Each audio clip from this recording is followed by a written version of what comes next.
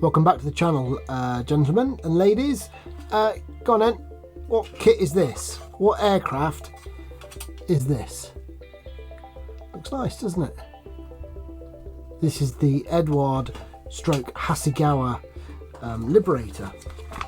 This is the Riders in the Storm boxing. Beautiful boxing. There's too much in it to show you, to be honest. You probably look for reviews online. This is unavailable now, I believe, as a kit. You can't actually get this boxing anyway. But absolutely fantastic kit. It looks anyway. Got a bit of it's a trophy pack, so we're gonna have some bit of etch. Is there any resin in there? I think it's about 1,500 schemes to choose from. But the one I'm going to go for, the one that is closest to me, is old Flying Officer Trigg's aircraft. This is 200 Squadron. Now this, when I was a lad, I was in the Air Training Cadets, or Air Training Corps, and we were 200 Squadron. It eventually came round into the ATC, and this is the boy. This is like our main man. He won a VC, this New Zealand boy, old Lloyd. He won a VC trying to, well, he did actually sink a U-boat. More about that later on in the build, but there you go, Coastal Command and Liberator. How fantastic is that? Absolutely gorge. Some great schemes in this. I know the colours are the same, but look at these, look, Mark 5s, look, with rockets. Fantastic. Right, anyway, so here we go. Look, this is to be honest, as you can see, there ain't a lot to show. This is just basic, you know, sticking plastic together. Not a lot to see. We'll probably get into showing you a bit more probably when you stick some paint on, which actually might not be too far off. The cockpit's pretty busy, but after the cockpit is in, I don't think we're going to have the doors open. If the cockpit is in and together, it's the fuselage together, and then as with all 4-engined aircraft, it's the mucking about with the engines, a bit of undercarriage, and then we're nearly there. I'm hoping these wings won't have to be glued on permanently. I'm hoping we can just whip them off for storage and transportation. Luckily, I get a mask as well, comprehensive canopy mask, which I think, as you can see, is definitely needed. So this, again, there's no time frame on this. This will just get done as and when it'll get done.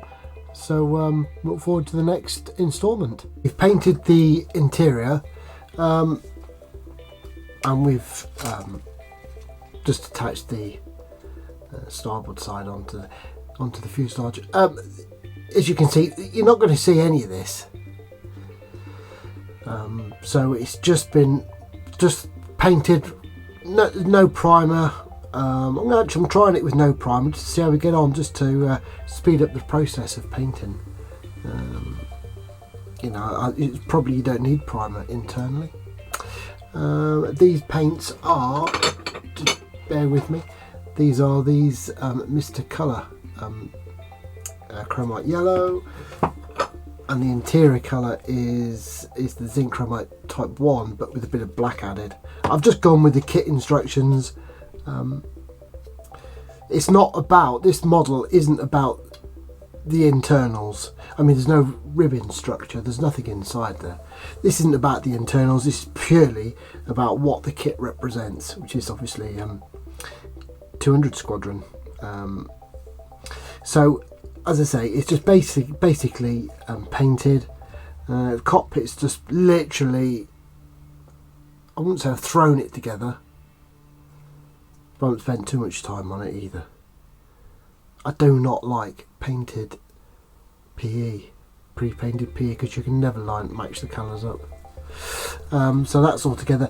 Actually the nose is all glass. You probably know this if you know anything about Hasegawa kits. or you might even have this kit in your stash. The nose is all glass, and it actually doesn't fit together too badly. Well, I say that, I haven't quite done it in anger yet, so we'll have to see. That is going to be the next part. The next part I'm going to do is to get all the fuselage together, probably get the nose on as well, and maybe even get the wings on. Whether I show that or not, I don't know. I'm hoping, actually talking of the wings, I'm hoping the wings could be detachable. You've got some good fixing points there, so we'll have to see. If they are, great. If they're not, well, I'll just have to live with it. Quite a large wingspan on the Liberator, as you know. Right, let's crack on.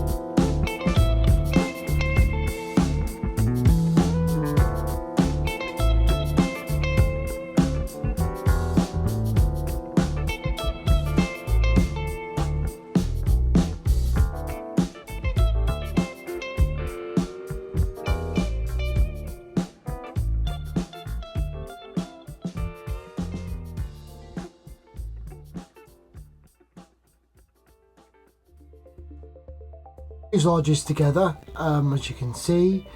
Just tidying up some of the seams. I've just done a bit of rescribing. The glazing part, the nose, fits together relatively okay. Remains to be seen, to be honest. We're going to have to obviously put the front on. We know we need to do that, and obviously we're going to have to give it a bit of a prime around here, just to see what it does look like. But it doesn't look too bad at all. Now, contrary to what I've been saying earlier about this kit is all about the externals and about the 200 Squadron escapade, I've decided to tart up the bomb bay. I did play around with the bomb bay doors to see how they would fit, and with them closed it's a little bit ropey, to say the least. So I thought, oh, we better have them open then. Let's have them open. But as you can see on that one there, them ejector pins, they're bloody awful. So what I'm about to do, obviously, is just tidy that up. It's not meant to be accurate by any stretch of the imagination, but it just tidies up just that little bit. So the next job I've got to do now is obviously just to do this last one, and then that'll all be done. I've just got to tart up some bits around here, and have a look at the seams a bit more, give it a bit of a spot prime, a bit of a prime, and then to see where we are. Probably put these windows in. Got to put the masks on. Got to put the front on. I did try and film this, but all you could see was that, and it was pretty pointless. So we'll carry on. I'll do that kind of off camera, and then we'll just carry on with it. I've got to put all this glass in yet. I've got the side windows to go in, and there's quite a bit left. I keep on thinking there's not a lot to do, but the more you do, the more there is, so to speak.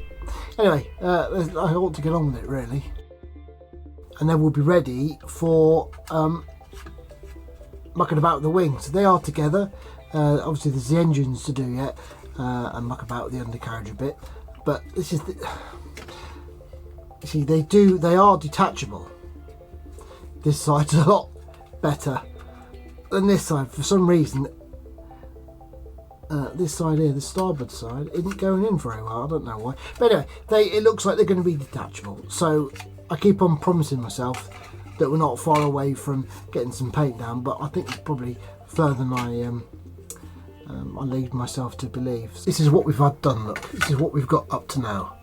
There seems to be a lot I've done, but not really. It's just fiddling around with little bits, which is a bit boring to look at, to be honest with you.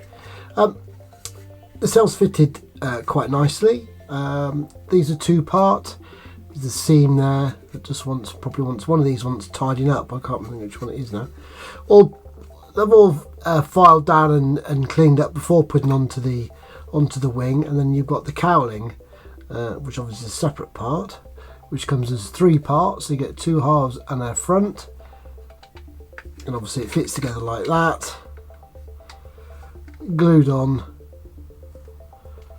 and it doesn't look too bad at all once it's glued. Of course, there's the engine to go in as well. We'll have a look at them in a minute. We've seen the fuselage, and I've got the started doing the tailplane, and I've started doing the glazing. All the glazing is in, and I've now got to start. Yes, I've got to start all this gumph, which is going to be a right pain in the old derriere. So that's going to be my next job. It's going to get all this glazing masked up, and then we can start throwing some primer on these seams to see where we are. So these are the engines. They don't look too bad really. 72 scale, I think they'll be fine.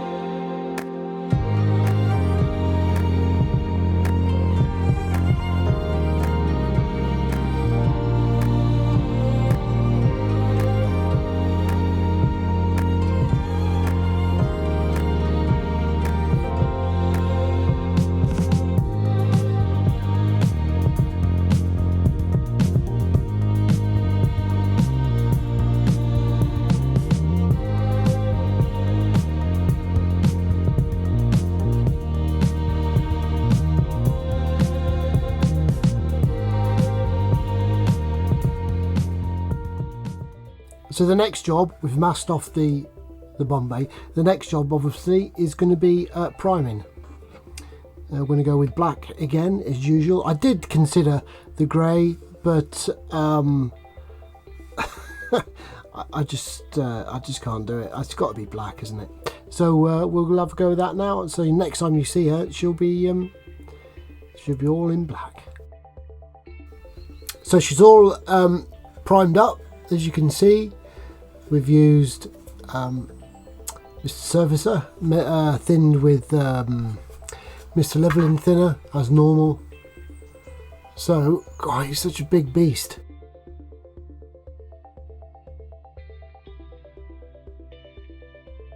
Flying Officer Lloyd Trigg was awarded the Victoria Cross for destroying a German submarine in World War II off the coast of Gambia in West Africa in 1943. Quite unusual, this one.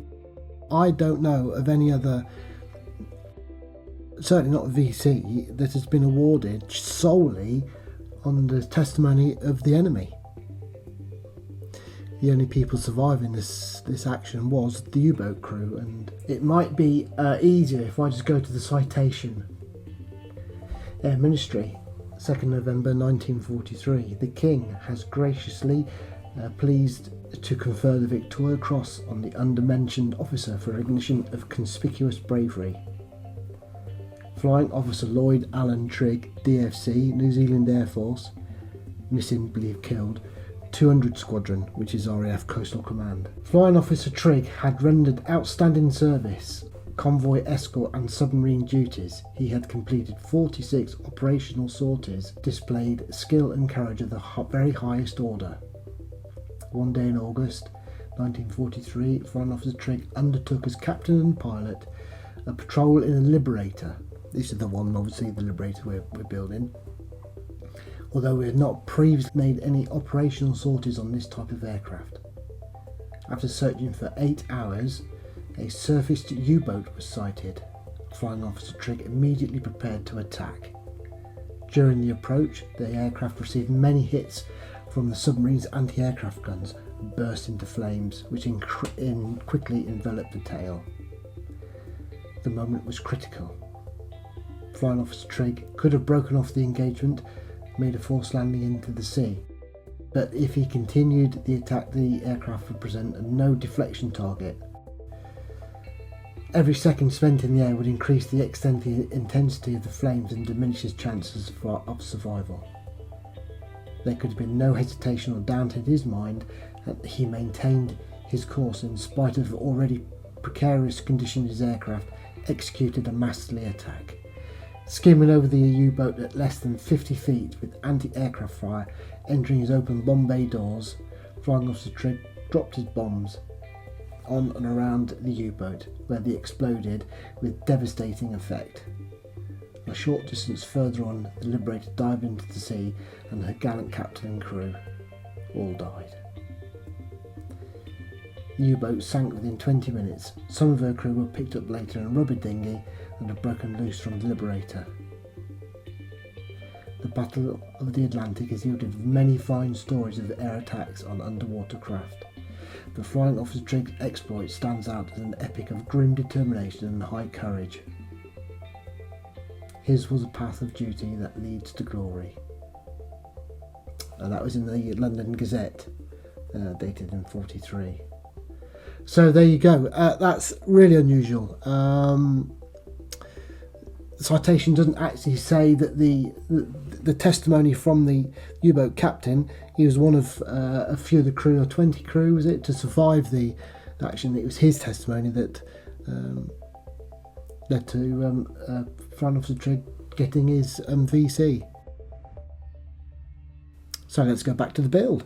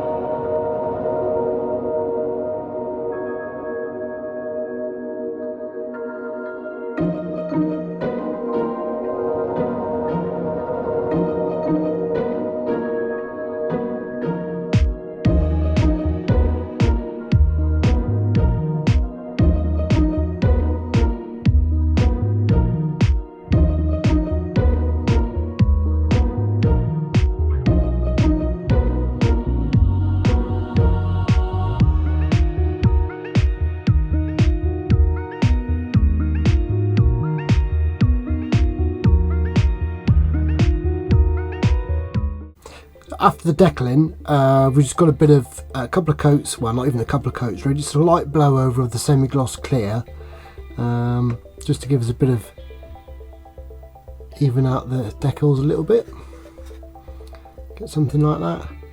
And then of course now what we're on to is a bit of pan lining, so I've mixed up this like a dirty horrible grey colour with these colours here. We'll slap it on and we'll see what we get to.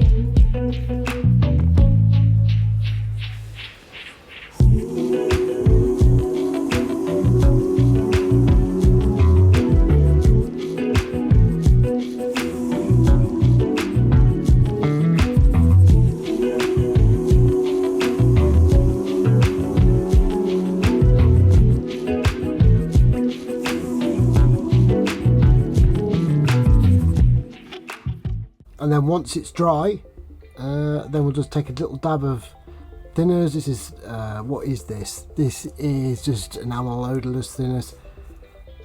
Cotton bud on there, bit of a cloth.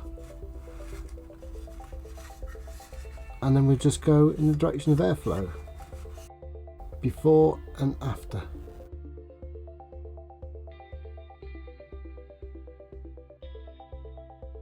Here are both wings together. And actually we can dirty this up a bit more later on with some oil or enamels or whatever. We'll cross that bridge when we get to it. Let's to the rest of the airframe, well underneath anyway, and then we'll come back and we'll find a colour to do the tops. But there you go. Okay, so we've done the top side here, same colour really, just added a bit more black. So your right hand wing's done, left hand wing isn't. I mean, it is pretty subtle. I will carry on with the rest of the airframe and we'll see, I'll let it dry off and then I'll see where we are, see where we're at, but it is, that's quite subtle.